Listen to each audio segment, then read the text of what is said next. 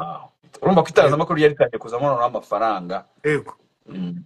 nuko Mm. rero va muri Kigali Today nerekeza muri RBA Hari kuri mu radiyo mwaka 2014 itangira kuri se ariko 1450 ubwo bari bagusinyiye ehe muri RBA. uretse Ayo gato mbanza ayo wahereyeho. nahereyeho uretse Mm. gato mbanza nkubwiye ko ugiye muri RBA sasa Okay. ubwiye ko Mm. nakoreraga numvaga toujours nakoraga muri Kigali Today numva ko nyine ntashobora kuba najya muri RBA Kandi ubwo muri Kigali Today wari wagiye kuri radio yari yarafunguye cyane kuri website. radiyo yari yarafunguye mpari Nimwe mwayifunguye. Okay. noneho haza kuza amatangazo ko RBA ishaka kurekita abakozi bashya ba radiyo. Noneho jye numvaga bitandeba nkumva si ibyanjye, cya kintu navugaga kuva mbere nkumva kuva kera nyine twumvaga radio Rwanda ifite abantu bayo hari takure nkumva hari abantu runaka Imana yahawe umugisha batarimo jyewe bashobora kuba bakora muri radio Rwanda, ariko jye nkumva si ibyanjye, nkumva ntibishoboka. Ama muri radio Rwanda ndi umwana wandi nawe uri kubyumva, nkumva simbikura neza, ku buryo nabanaga n'umuntu witwa Jules ntaho batuye, uri kumubona? we birimo kuza. Jules ni umutipe w'umuhanga byatari mu itangazamakuru ko mu by'amakuru ntabwo kibikora. Umva tubana nk'abasore n'iki, tipe adepoza muri radio Rwanda no muri KFM rero yashakaga abakozi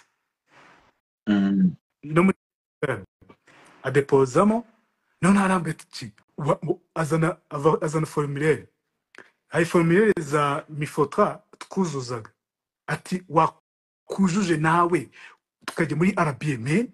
Ati man biriya bintu si ibyanjye, ntabwo najya muri radio Rwanda bike muzenzero ubwo ngubwo, uri kubyumva? Rotipe tuza man uzuza noze uko niboneye gutyo tu, uko niboneye.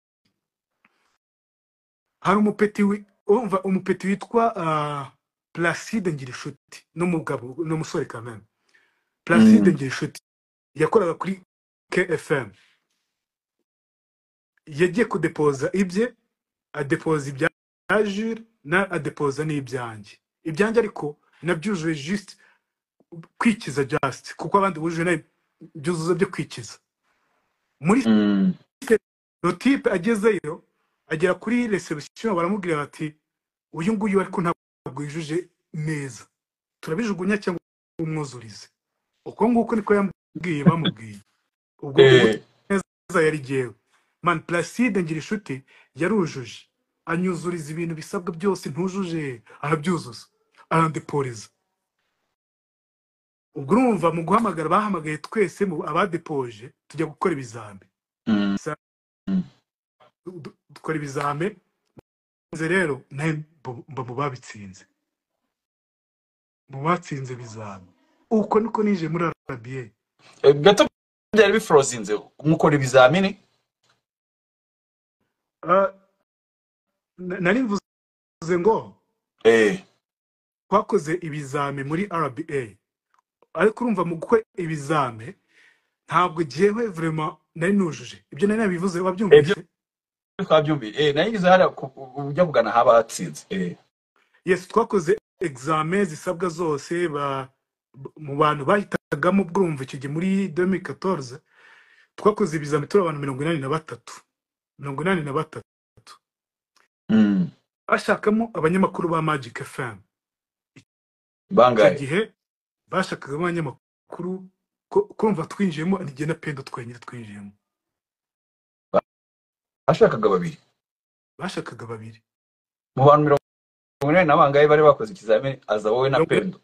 Nukuri pe ngira gutya mbona bantoranije muri abo bantu. Nijye urumva bahisemo, Pendo yaje nyuma. Pendo yaje, jye naje Mm. ku itariki ya mbere, Pendo aza ku itariki ya karindwi. Ubwo Wow. wumva mu bakoze examen na Pendo numva twagiye gukora examen. Sinzi uko byaje kugenda, ariko ndumva sinzi uko byaje kugenda. Pendo we yaje nyuma. Ubwo mu Nibaza batoranijwe ko muri Pendo, mbese Pendo kirya yari ari kuri level yo gukora ibizamini bya radiyo. Abantu yari babyumve neza, hari abantu, hari level umuntu aba agezeho bakurekrita kuko yari umusitari. bakukeneye, not I kukurekrita know, uri yari umusitari. umusitari. Nta musitari ukora ikizamini cya Ahubwo leta, ukora ikizamini cy'akazi. uko nguko. Urumva Pendo yari umusitari. Mm. Urumva gihe nubwo nakoraga radio sose kamere, ntabwo nari umusitari. Nari umusitari wenda mu majyepfo icyo gihe, ibintu byaho ngaho. Urumva ni ibya radio sose nari narabivuyemo, nigira mu byandika. Niba muri Kigali Today, mu byandika cyane cyane.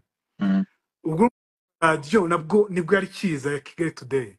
Yaje 2013, I think. Radio kuri FM yaje 2013 ihe. Noneho mu guhitamo muri story ariko yari yabandende story. Magic FM waramwe ngo yaje muri 2013. 2014 nibwo haje abantu bashyashya. 2014 ndavuga igihe yafungure Magic FM. Ni mbere, ni nka 2012 umenya, simbizi, ni kera. 2012 kurumva atari 2012 gusa navuye mu Rwanda Magic ikora, ntago Magic yakoraga. Kuko impamvu nayo mubwiye iyo story nuko ndangiza i Butare nyine ntarabona radio njya gukoraho nyine. Nagiye kuri Radio Rwanda, hari umuntu nyine bamvuze kuyambwira, mfasha nyine ubuyobozi banyohereza ku muyobozi wa Radio Rwanda, bamubwiye nyine anshakiremo umwanya nzajya nkoramo ibiganiro bya entertainment, anshakire ibiganiro. Umuntu wayobora Radio Rwanda ntabwo ndibuka izina rye, ndibwo yari umugabo mugufi gutya, twarahuye bro, yarandebye, yandebye kuva hasi kugera hejuru, mpita mbona ibintu arimo aratekereza mu mutwe. Nahise mbona arimo aratekereza, arise uyu muntu niwe abayobozi bose bo muri radio bambwiye ngo mushakire umwanya muri Radio Rwanda. Imagine bari bamubwiye nyine ngo nandeberemo umwanya muri Radio Rwanda ahantu nakuramo ibiganiro. Kandi bakuzi.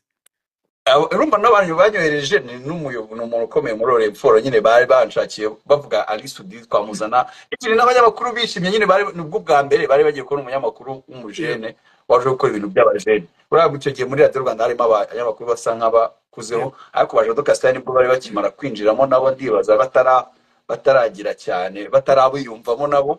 Bakuru no ya Claude Ndengengo ariko nabwo bari batarabiyumvamo nyine abasaza muri Radio Rwanda.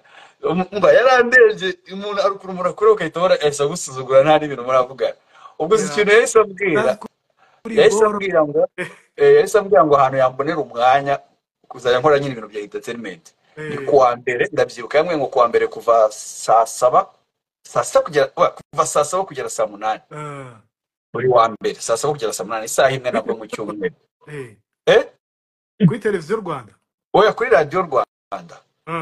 Ndareba ndavuga, kandi icyo gihe urumva kubera ibiganiro byari bikomeye, ibiganiro birimo birakundwa ariko abantu batarabyumva. Ndareba bose nzajya nkora showbiz saa 7 kugera saa 8, abana baba bari mu mashuri kandi nibo babikunda cyane, urubyiruko n'ibiki. Ndamwe yasiko bitakunda kubera wanshake mu ma weekend, ngo weekend ntibyashoboka, weekend zacu ziba ziri fura. Ahita ambwira ngo none ahita ambwira ngo urya ngirimo ngo nimba noneho ngo wumva utabishaka ayo masaha ngo rindira ihangane gato, mu kwezi kumwe tugiye gufungura indi sheni ya Radio Rwanda. Aho ngaho ngo tuzaguha amasaha yose ushaka, umunsi ushaka, igihe cyose ushakiye. Naye ndavuga okay, reka nyirindire bro. Imagine ko yafunguye naravuye no mu Rwanda. Wavuye mu Rwanda ryari? Muri 2012 kandi ndumva Magic yari itaraza. Wenda tuvuge 2013 kuko twagiye kuri Magic ari abanyamakuru ba Radio Rwanda aribo bakorayo, batijara ni ibintu abantu nkabo habaga ibi aha. Yego ndumva, yego ubwo hamuze gato romba narayigufunguriye.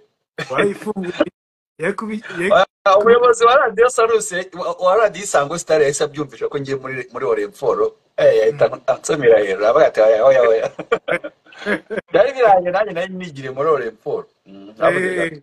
Yeah. Bafa ntabwo nibuka nari ngeze gusa nuko nyine nije muri radiyo Rwanda muri RBA muri rusange kubw'Imana kuko numvaga gukora muri radiyo Rwanda. Ibaze radiyo Rwanda wumvaga ufite imyaka 5 ari Sudi, ufite imyaka 5 none ukumva nta nubwo bishoboka ko wayinjiramo wayikoramo.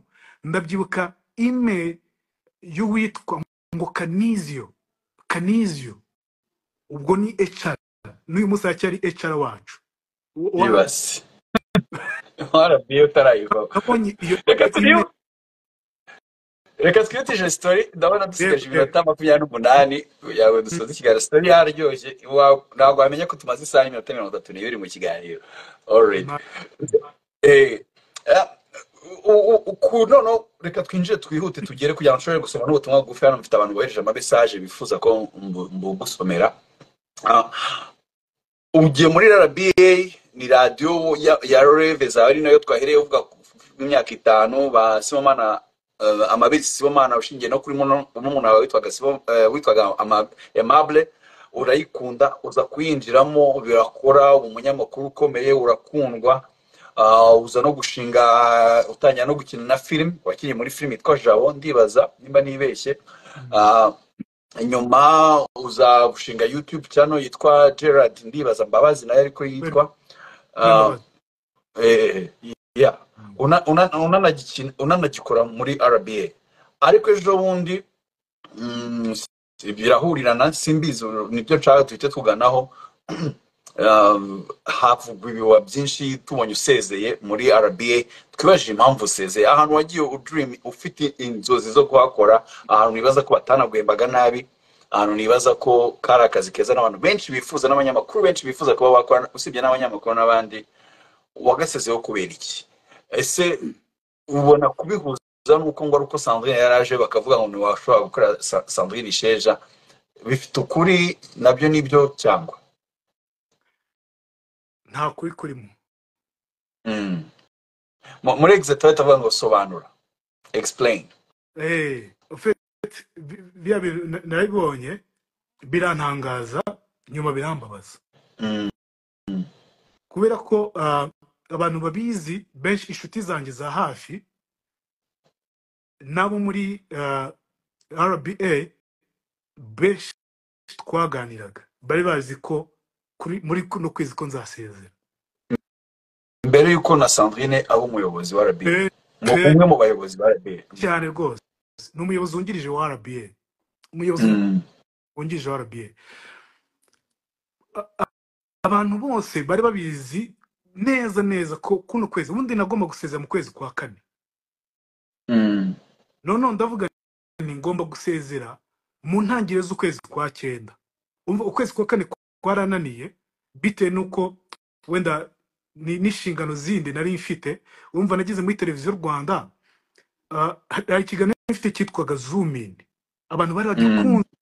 None ni nacyo ikiganiro cyabaye cyambere mu bikunzwe kuri televiziyo Rwanda ejo bundi. Nanashimira rwose abantu bakirebye bakagikunda. Haje abantu nyine bashaka bakora ubushakashatsi bo muri Sweden bafatanije na RBA. Icyo kiganiro uno mwaka kiba icyambere gikunzwe muri radio Rwanda. Ibyo muzi byose nicyo cyabaye icyambere. Zoom in nicyo nakoraga. Noneho icyo kiganiro ndagihagarika kubera ko nayifite YouTube. Nkabona kimwe kirabangamira YouTube channel yanjye kurumva na amashusho nanjye na amashusho sibyo. Rimwe na rimwe nkabona kujya gushyiraho ibintu kuri YouTube ngasanga biragiye kugongana n'ibyo muri Zoom in. Sito none nk'abatumirwa natumiye Rucagu no kuri Zoom in ngiye gushyira Rucagu hari kuzamo ibintu bitari byiza kamera sibyo. Cyangwa nkabona nakoze ikiza kuri televiziyo Rwanda naho tari kubagisha kuri YouTube channel yanjye bikagenda gutyo sibyo. Noneho ndavuga nti bino bintu bishobora kuzatuma nkora nabi. Ndatereka Zoom in nyagarike nkomeze radio Rwanda pito nkomeze radio Zoom in ihagarika ndahihagarika barabyemera. ubwo urumva ntabwo bari kwemera guhagarika ikiganiro cyabaga icya mbere mu biganiro byose cyari gikunzwe, sibyo? Noneho ndabisaba, barabinyemerera, ariko bansaba gushaka ikindi kiganiro. Nyuma baranyegera, banyegera ikindi kiganiro twagomba gukora. Nyuma ejo bundi kabisa. None kumva twe muri process zo kugira ngo dushake ikindi kiganiro, ariko nkavuga ni ikindi kiganiro nabyo nkagenda mbyigize inyuma kuko nari mfite gahunda gusezera, sibyo? Kiganiro kindi, ariko bwari uburyo bwo kugira ngo usohokemo hariya. Ndavuga nti rero sasa rero cya kiganiro nacyo ntabwo nzagikora, kuko nzi ko ntatanga umusaruro wifuzwa, sibyo? Kuko nzi ko ntatanga wifuzwa, ntabwo nzasubira kuri televiziyo uko nyine. Noneho ndangije ndavuga nti rero mfata icyemezo, ngomba gusezera. Umva mvuga nti ngomba gusezera ku itariki ya mbere z'ukwezi kwa kane, kuko aribwo nagize gute naje. Niko wabishakaga bihure Itariki naziyemo numvaga ari ngomba gusohokeramo, nujuje imyaka 10 top. None biranga kubw'utwo tuntu n'iki byose tuvuga ngo tujye kwe ikindi kiganiro. Nyuma ndavuga no, nta kindi kiganiro ushaka, ngomba kujya kwikorera. Fata icyemezo noneho burundu. Mpita fata itariki none uko ntaseze ku itariki nifuzaga, ku itariki ya mbere z'ukwezi kwa kane 2024, nujuje imyaka 10, kuko nanakoze n'amashusho. Icyo gihe nakoze n'amashusho agaragaza ko uko nakoraga muri Radio Rwanda, muri televiziyo Rwanda, muri ayo mezi arahari n'ubu ngubu, gukora documentaire yo kugira ngo sezere muri Radio Rwanda, plutôt muri RBA. None ikindi kintu kimbwira ngo ebana sezera kugira ngo ujye kwikorera, ukore neza, utanga umusaruro iwawe, ariko nahariye kameme utanga umwanya, utazaba wica ahantu ntacyo utanga kameme uri kubeshya bagwema amafaranga yabo. Urumva sibye ko nakoraga, ntabwo byambuzaga gukora, ariko byaramvunaga, sibyo? Ndavuga nti ubwo ntaseze ku itariki ya mbere z'ukwezi kwa kane 2024, reka none seze ku itariki natangiwe inkuru yanjye ya mbere, itariki ukwezi natangiriyeho inkuru yanjye muri RBA. Inkuru yanjye ni none inkuru yanjye ni ikiganiro cyitwa inkuru yanjye cyo kuri YouTube. Nagize ngo ni nk'inkuru gambiro yaciyeho.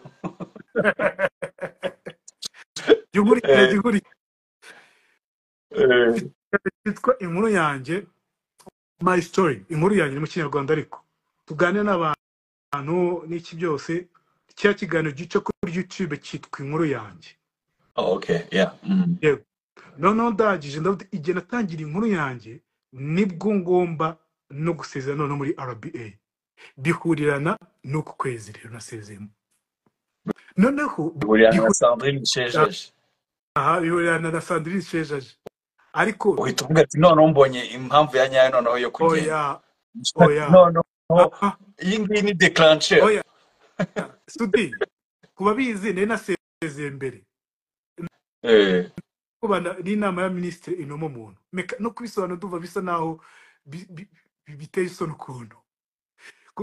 Sandrine Shejaje umufatute. She's my sister. Ni mushiki wanjye men. Muravukana? Turavukana mu buryo bw'amaraso y'Abanyarwanda. Ariko benze ko ibyo ngibyo ni inshuti yawe. Umwuga w'itangazamakuru mubona gutewe. Sandrine niba ikintu cya mbere cyashimishije nuko bamushyize hari, ariko biranambabaza. Kubera iki? Sandrine ni boro, ni umuntu kuri radio ujyaho ukumva ntabwo wayivaho, nawe urabizi. Afite uburyo mu bantu bategura, mu bantu bafite ijwi, mu bantu b'abanyamakuru buzuye, Sandrine arimo. Bazi kuvuga kandi bakavuga byo bukwiye bwa nyabo, bitari byo guhubagurika kugira gute. Aho nanjye nose ntabwo ubu nakuvuga ntagashobora gukora ibiganiro. I don't think so. Baro barakisha imbizi neza, ariko ntabwo Sandrine umuyobozi ni nka media y'abayobozi wa gospel. Uburenganzira bwo gutera imbere, uburenganzira bw'umuntu ufata decision ze no gutera imbere no mu buryo ashaka n'iki, ariko abakunzi muba muturangije. abantu bakundaga indirimbo za Meddy z'urukundo ariko izo zina gospel Meddy ndashaka no kuzamusa azatore ajya akora akarimbo kamwe k'urukundo kandi mu kinyarwanda katari no mu cyongereza mu kinyarwanda kacu nk'abanyarwanda kandi nako kaba ari gospel nashaka ajya nashyiramo n'iki ariko kari gospel hanyuma na Sandrine Sheja rero nibaza ko yari akiri mutoya ku buryo atari umunyamakuru wo kuba umuyobozi nibaza ko ni umunyamakuru ariko ikibazo kibitera ni nk'ibyo byose twavuze bro twigeze kubigarukaho nta respect y'aba legend ntabwo igaragara mu bintu dukora bigatuma umuntu kumva ko gutera imbere ku muntu no kuva mu mwuga we akajya mu kindi kintu gishobora kuba kinahimba n'amafaranga arenze icyo akora so nukuvuga Sandrine Sheja ntabwo ari umuntu wo kuba umuyobozi Sandrine Sheja ni umunyamakuru ukwiye gukurira mu mwuga w'itangazamakuru akagira imyaka 50 60 70 akaritayaringa tumwubaha nk'uko tubona ba Oprah Winfrey ba Ellen DeGeneres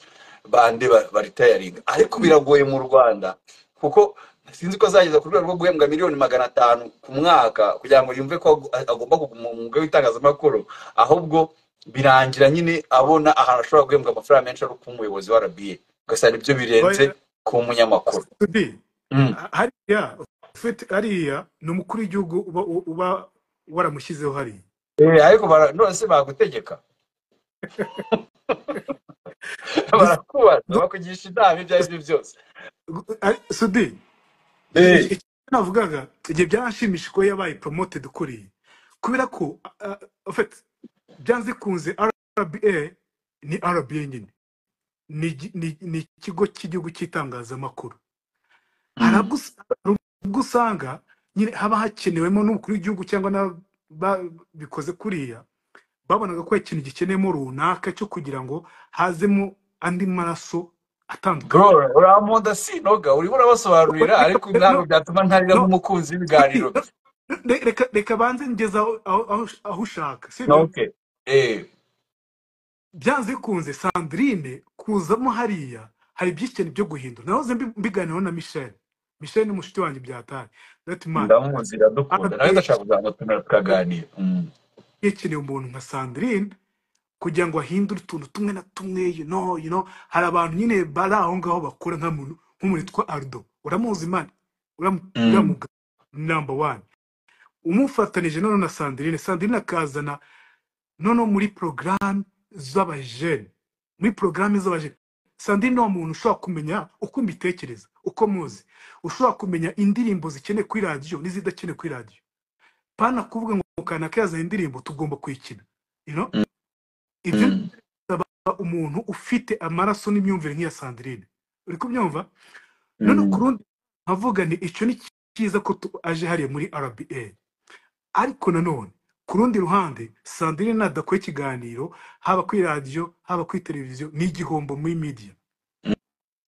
wowe no ku Rwanda rigarura ruhombye umunyamakuru kuko ni nk'iyo mpamvu umwuga wacu udakura nyine duhora dufite abanyamakuru b'abana impamvu duhora dufite abanyamakuru b'abana cyangwa se ibintu bihora reba nk'ibi ni commentaire wenda nta commentaire nigeze mbishyiraho bya Showbiz Nyarwanda bwa Showbiz Nyarwanda bimeze gutya nta yindi mpamvu ntayo nuko Showbiz Nyarwanda nyine itarimo abacteurs bari hejuru bakuze bafite amafaranga bafite icyubahiro gikomeye bagize gute niyo mpamvu nyine Showbiz imeze gutya niyo mpamvu nyine umwana abyuka mu gitondo akajya kuri mikoro akavuga icyo ashaka kandi mukamutega amatwi muri ayo mamiliyoni y'abantu ubundi akabyuka imagine ibitekerezo umuntu aba afite bigiye gute nta maturite ntabwo tugira maturite yaba muri Showbiz yaba mu itangazamakuru usa ibya Showbiz sirito kuko nko muri politike bo barimo bakuze babikora urumva ariko muri Showbiz muri entertainment nyine maturite abantu bagira nyine abantu tukabona ko batangiye kugira maturite mu mwuga bakora bagahita bagenda mu zindi domain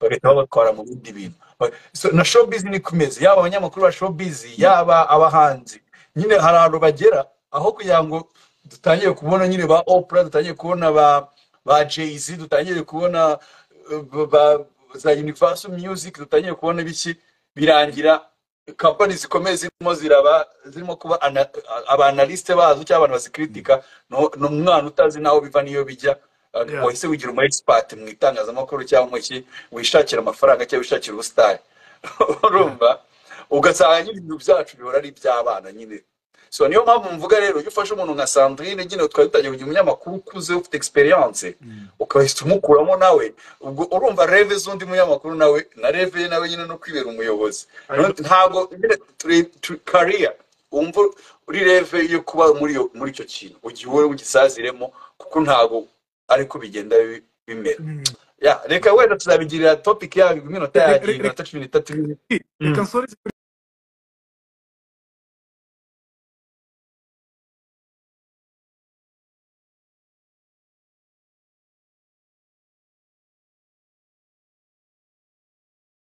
kano kana ba Michel bari babizi ko ngomba kugenda iriya tariki bari babizi ko kugenda bari babizi ko ntazahembwa mu kwezi kwa 9 bari babizi none nkibaza jewe nahunga Sandrine muri rwego ntago ngira umutima mubi ugeze aho ngaho singiri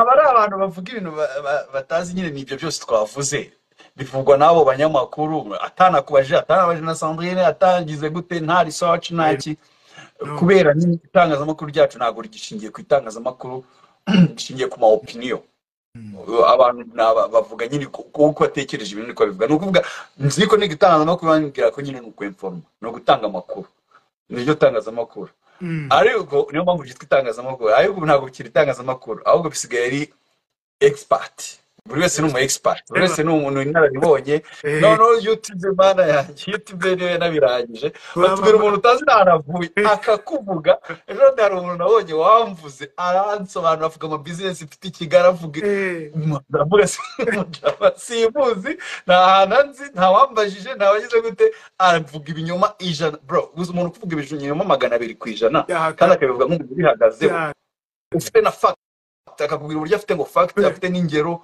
bafite n'uti nushaka n'ibintu bikwerekese na mugenzi we ntanamibaze ngo zizarizo fact byibura amusebye nyira mugaragaze ko ibintu avuga atabihagaze ni ikibazo reka njya muri bino bibazo dusigaye iminota yagiye uwitwa Muhire John yakubwiye ati hey big brother yagusuhuje hanyuma umuntu witwa Ineza Janet ati salute top 10 turabibuka kabisa wazikozemo salute top 10 cyari cyagiye twagenda tuvuga mu memory ko hari ibintu bizamo ko ibibazo byagiye biza uko ikiganiro kigenda hanyuma bazira wiha prote ati sudi uzadushakire n'amajwi y'ukuntu mwatangiraga tukabyine cyangwa Salus Relax Mbabazi yemeye kumfasha nanjye harimo ibyo ndimo ndashaka ninzayibona bizaba ari sawa hanyuma Nura Rutembesa good evening ariko kera twumvaga yitwaga Gerard Mbabazi Gitori hanyuma izina Gitori byaje kugenda gute nanjye mbaze kuko asigaye yitwa Rwembe amazina yawe uyakura kuki byagenze bite ariko ibi bibazo urasubiza wihuta dufite iminota mike 10 ifunze kabisa okay mu minota mike nitwa Rweme Mbabazi je préfère kwitwa Rweme Mbabazi kurenza kwitwa Gerard Mbabazi cyangwa n'indi iryo ryose Rweme Mbabazi ibyo babyita gusaza iyo umuntu yashaje ashobora kuri gakondo kuri gakondo ndifuza amazina y'ikinyarwanda niswe na data nibyo bishimisha kurenza kujya mu bazungu kwa Gerard Kwande watu ndifuza ayo ngayo Rweme ko umpanafricaniste nakoye nkanja nanjye nsigaye byanga ibintu by'amadini ibintu by'ibiki ibintu bazungu badukoze ni ibibazo bikomeye iyo kuza ugatanya kwitekerezaho nibwo ko ari ibibazo hanyuma Gitori se ryo ngo ryagiye Gitori rero ni izina ry'umuryango mugari nkomoka abandi babita Batori abene Gitori abene Gitori abene Gitori impamvu narikuyeho ugomba kuri social media buri muntu mbere yo kuvuga impamvu yawe wanze kuba nk'abakono wanze kuba nk'abakono wasanga ibyo mwanze nazi ibyo bintu nyine by'amoko bikururana urumva ubona kuri social media ati uri mwene wacu nyine ukabona ntabwo ari uko kwanga gusabana na bene wanyu ahubwo nyine hari ukuntu uhita ubona nyine wabigize abantu batangira kubishyira mu bundi buryo kubyegereza umutima cyane yeah. So abantu munkurikiye mwihangane, nababwiye ko ndasoma message cyangwa se ibibazo by'abantu bacishije hano imbere ya screen zanyu, hariho akabazo, harimo akabazo mo hagati, nibyo ndimo ndasoma, munyihanganire. Hanyuma Ingabire Mimi, hello Sudi, mumbarize imyaka amaze mu itangazamakuru. ndavuge kwa bwa mbere kuri mikro mu ntangiriro z'umwaka wa 2008 kugeza uyu munsi. Ubwo nengaye 12 gusa 12 yonyine 2008 turi muri 2024 cyambaze nabi 14 10 naho 14.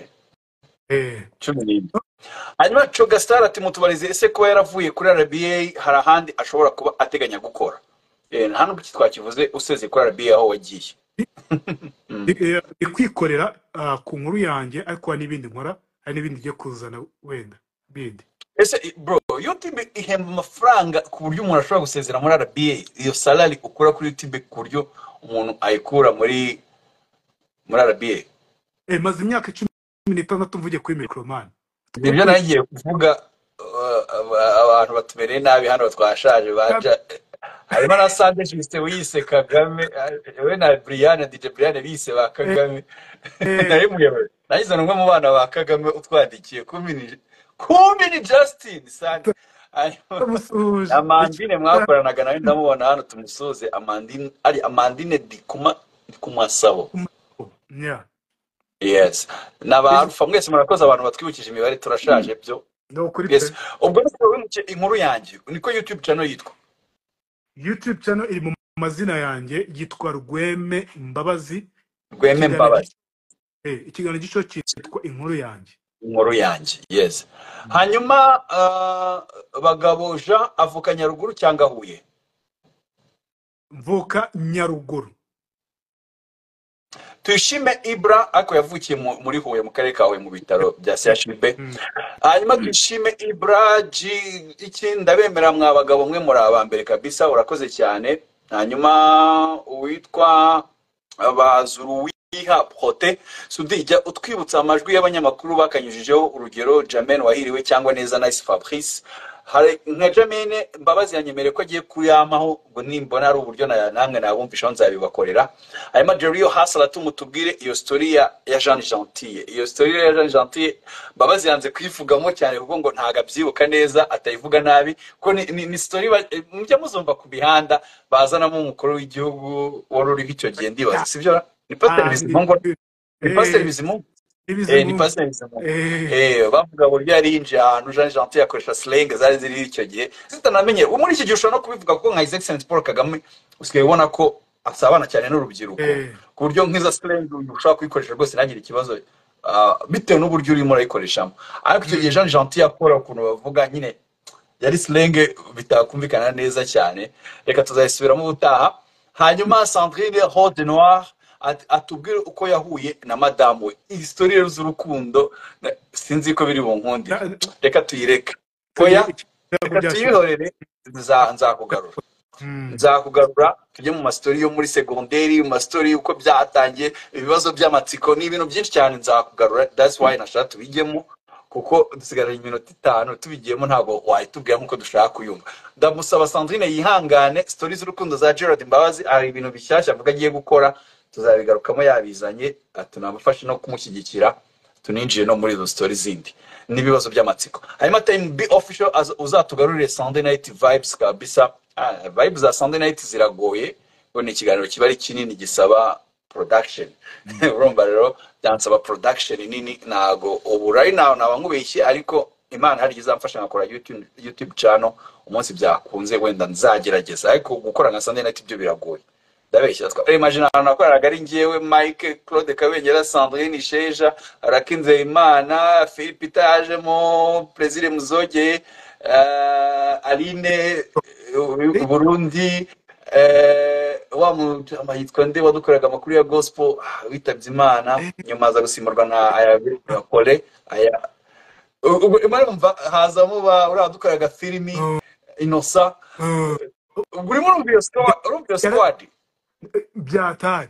Mwe mwabati ikintu that was a dream team. That's a big squad. I know. Urumva umuntu umwe ntabwo yabikora ngo nk'uko ibyo bintu actually Sunday Night yari ifite rezo kuba ikintu gikomeye, urumva yarimo abantu bari talented benshi kandi bakomeye. Tuyishime ubwo wazatuzaniye na Habarugira bro, Habarugira ubwo nuko uzamushakisha. Second chance revival Gerard, ni iki kintu ukunda ku mudamu wawe cy'umwihariko, igira ikintu uvuga ku mugore wawe, ikintu kimwe ukundira umudamu wawe n'ikintu kimwe wamuvugaho ni iki mu magambo make? Icyo mukundira cyane uko twumvikana. Yes, icyo wamuvugaho.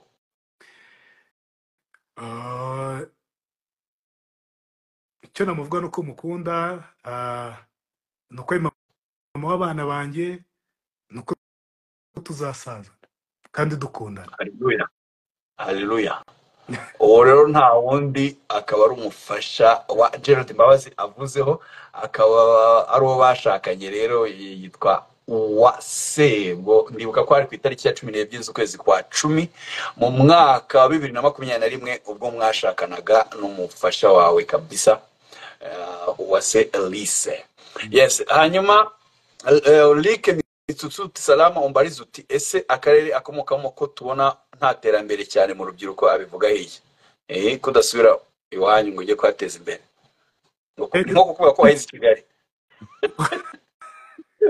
Reka byumva da akarere nkomokamo iwacu hano nkomoka nimba umukire uzambona Nyabarongo, ari ndi bitwa Nyabarongo ndayigutuye uko nambotse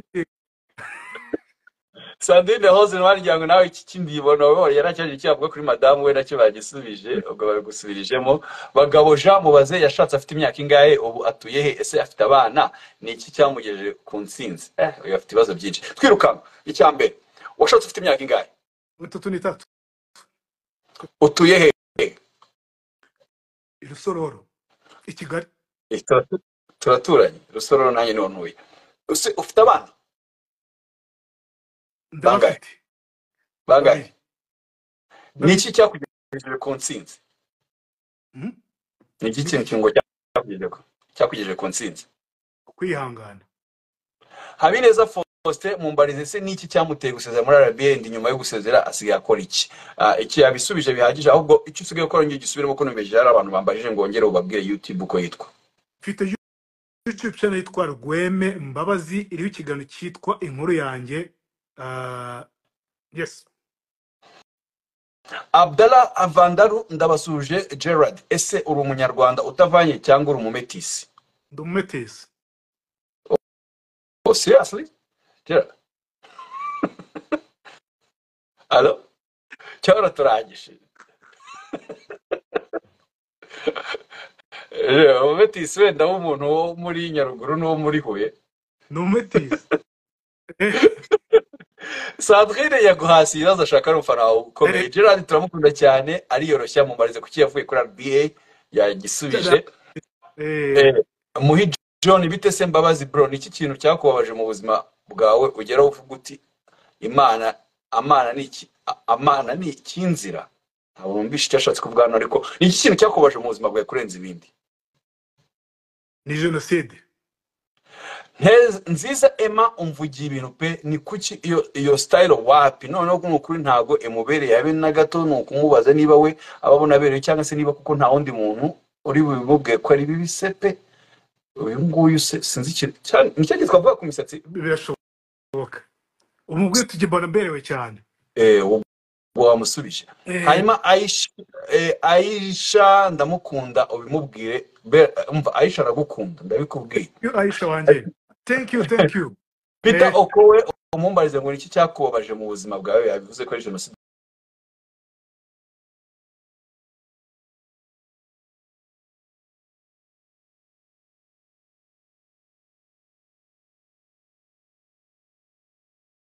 yakorewe Abatutsi.